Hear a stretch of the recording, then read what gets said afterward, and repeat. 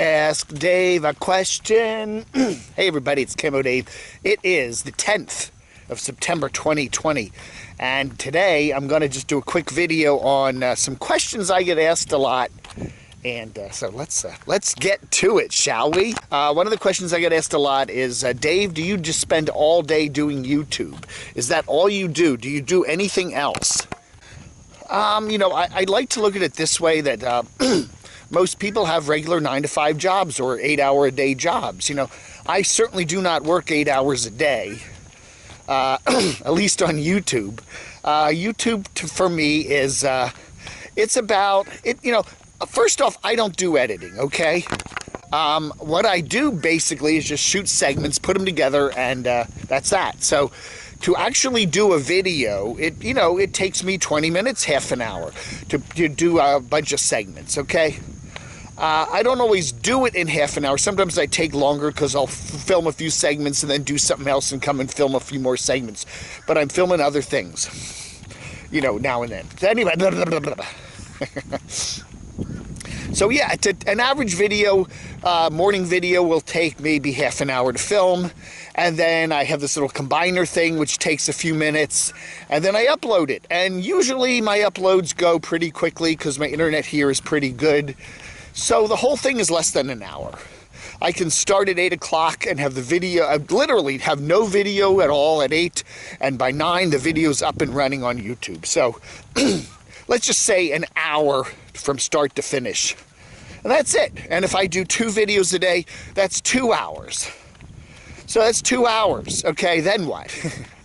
Again, a lot of what my channel is, of course, is reviews of videos, and that's just what I like to watch.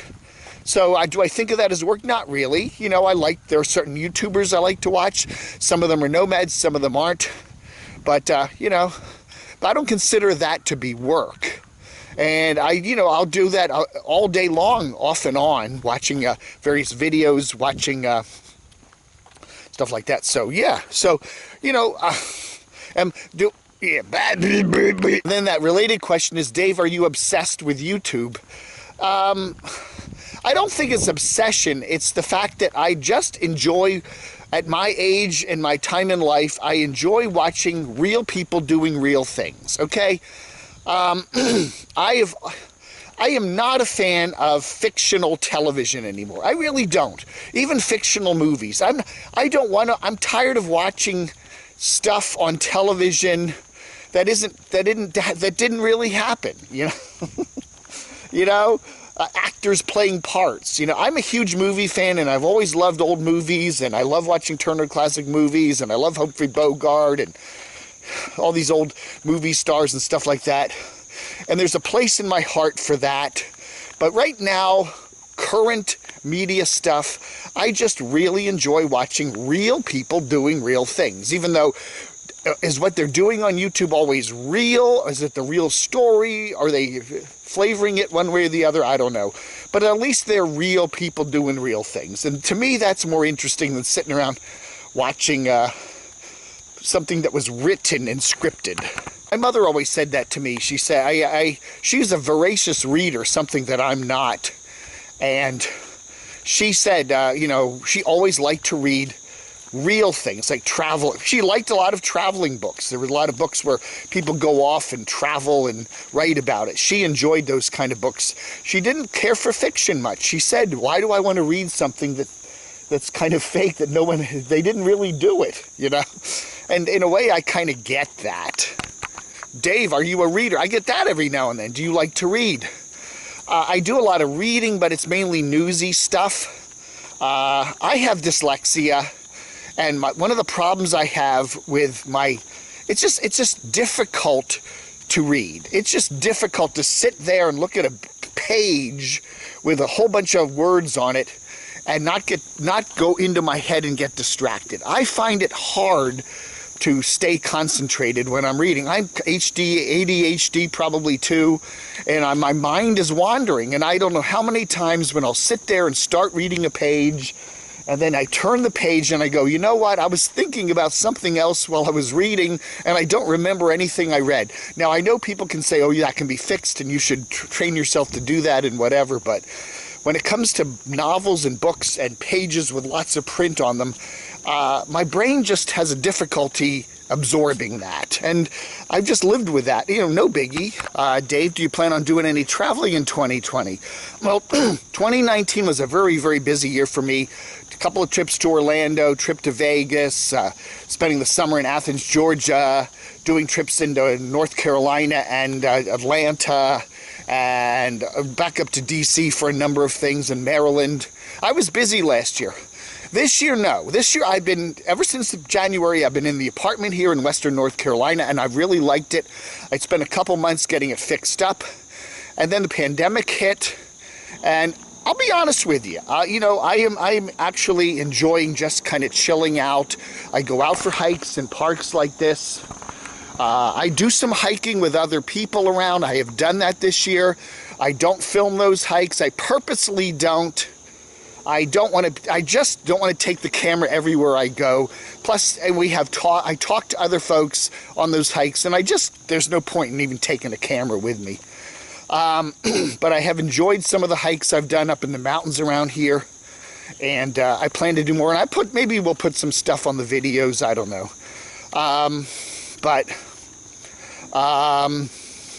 Yeah. As far as traveling this year, I would like to, if they're having the van built in North Georgia, that would be fun. I would like to get over to Tennessee, Dollywood, Pigeon Forge, something like that, maybe meet up with some folks. Again, it depends on the pandemic and all the different things going on this year. I've been over to Asheville once or twice since I've been here. I was there last summer. I love Asheville. I do want to go there more often and do some more stuff. But again, a lot of the stuff I want to see has been closed and hard to get access to. Charlotte's not a far place away, and I just want to focus on what's around me for the rest of the year primarily. Maybe Tennessee, some more stuff in Western North Carolina, get down to Charlotte. That's my goal for traveling for the rest of the year. I probably will end up going back up to Northern Virginia for the holidays, one of the holidays, not both, and see some relatives and stuff, but that's about it for this year. Next year will be different, and I'm looking forward to it, but it's been I've enjoyed this year. It's been a good year for me to kind of kick back and just relax. I get a lot of comments about me being a couch surfer. I have done that. I spent 3 years couch surfing, so to speak. I really wasn't sleeping on the couches that much, but I spent 3 years selling my soul. I spent 3 years living, in other people's bedrooms, living rooms, and whatever. Mostly sleeping in beds, guest rooms, but sometimes, yes, sleeping on couches. It was fun. I enjoyed it. Would I like to live like that permanently? No. I am glad this year I now have a permanent residence, a permanent address. I like that. I like that sense of stability, a home base. It's nice to have a home base, and I know that from a lot of nomads. They all say that, so that is true. That is true. Dave, are you a minimalist? I get that a lot. I really do think it's important to live with just what you need and not carry a lot of clutter around with you. Most of the nomads, especially those that live in smaller vehicles like vans, they're forced to do that. Okay, they don't have a lot of space. And that's one of the things I like, is how you determine what is worth keeping and using versus, a whole bunch of clutter stuff. Now, yes, I do have an apartment now, and I do have a couple big closets to store things, but I am really working hard to just keep what I need. In fact, I have actually bought a few things when I first moved into the apartment that I've given away or taken to Goodwill or trashed because I just never used them, and I am not going to get back into that. I'm not a hoarder, but I do tend to collect things. And, DVDs, CDs, mainly some books. Ooh, he's really zipping. Anyway, and I really try to keep it to the minimum. Okay, I did bring my CDs down. I did not bring my DVDs. I sat there with a friend up in Northern Virginia, and for all intents and purposes, they can stay there. I don't really miss them, to be honest with you. Again, I have so many things to watch.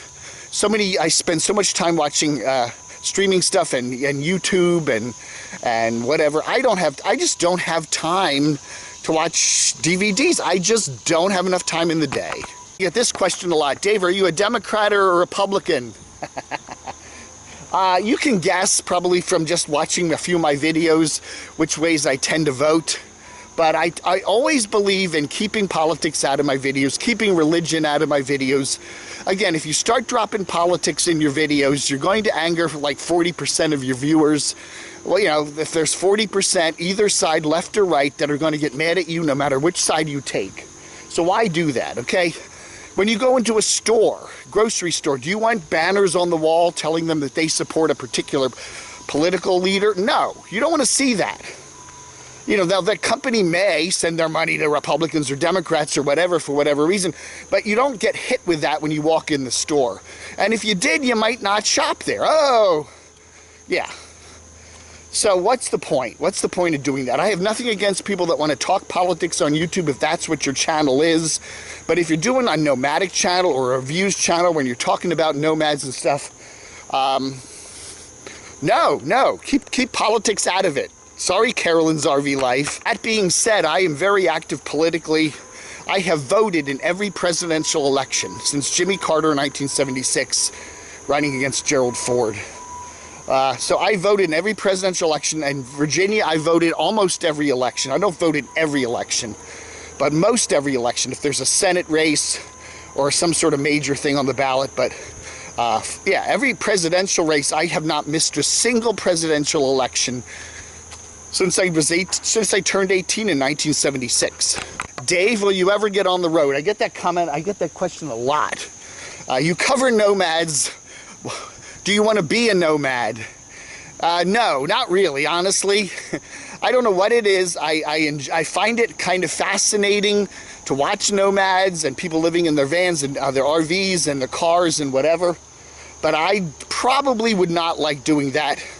I have a car right now. It's 14 years old, and it runs pretty well. It's a little, you know, it's a little VW, and as long as it keeps running okay and the transmission's okay and it's not costing me a lot of money and of course it's paid for, I'm keeping it, okay?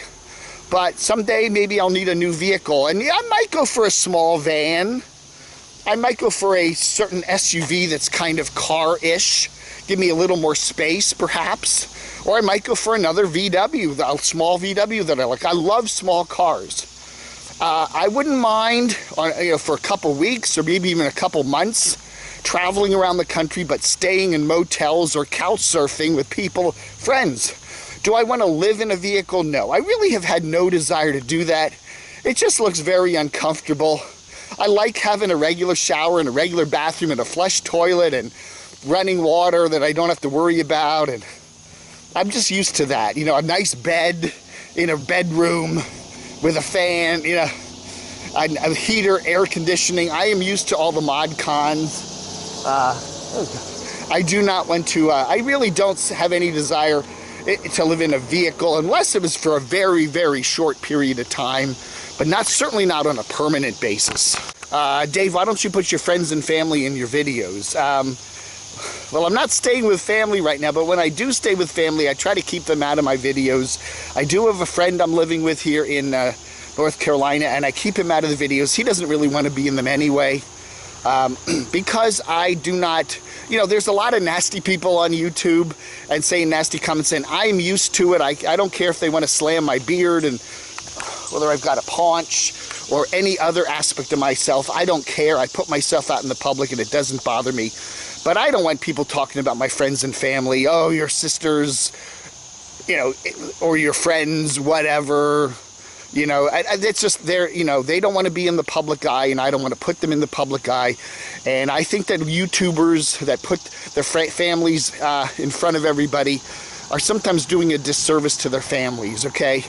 You know, they're milking the kids. They're putting the kids up there just for the views because they're adorable or whatever, and then they start to get comments from their trolls and their commenters about, oh, you're not doing the right thing for your kids, you should be doing this, you should be doing that, etc., etc., etc. I don't even want to go there. You know, privacy I think is important, especially when you're a YouTuber, and you have to put some rules down. I'm not talking about my medical conditions, I'm not going to talk about my family, I'm not going to talk about my friends. You know, now there are certain YouTube friends that I may occasionally feature, that I'm, that come visit or something, that's different. But my private friends and family, no. They're pretty much off bounds, and I keep them off of YouTube. Another question I get is, Dave, do you depend solely on YouTube revenue? No. I do have a web design business. I've been running a website for 23 years that covers DC radio and television and Baltimore too, and some stuff like that. I do some other projects. I do freelance work for other people on the web. I do have, there are other sources of income that I do have. But YouTube is a nice chunk of change. And right now, yes, the ads revenue on YouTube are way down for 2020. And I do appreciate the PayPals and the donations in the mail I get. They're very, very much appreciated. But if YouTube were to suddenly go out of business tomorrow or suddenly demonetize everybody, I'd be okay. I would be okay. I'd figure something out. If an emergency happened and YouTube suddenly went away, there's always Patreon. That leads me to another question I get all the time. What do you think of Patreon? Why don't you have a Patreon channel? I actually do have a Patreon account, and I do have a channel set up almost, but I've never made it public. It's kind of there for an emergency if YouTube were to suddenly croak. But the whole thing of Patreon, I don't know. I don't want to make it, you have to pay to watch my stuff. I've always wanted to keep my stuff out for free. Anybody can watch it whenever they want, regardless of your income level or whatever. If you want to throw me a couple bucks on Super Chat or PayPal or a couple bucks in the mail, that's very nice of you and thank you. But there's no requirement to do that. And you can watch all my stuff for absolutely free if you're so inclined. And don't feel bad about that either. I don't want to make you feel bad. Oh, I'm not paying the freight. Everybody's got their own financial situations, and I don't want to, if you can help, that's great. If you can't, that's fine too, okay? All right, folks, I don't want to go on too long here today. If you've got some questions for me for a future episode of Ask Dave, whatever we want to call this stupid thing, let me know in the comments, or send me an email at camodave@gmx.com, and I'll do one of these in another couple weeks. It was kind of fun. Questions for Dave. All right, folks, thanks for watching. Vlog under.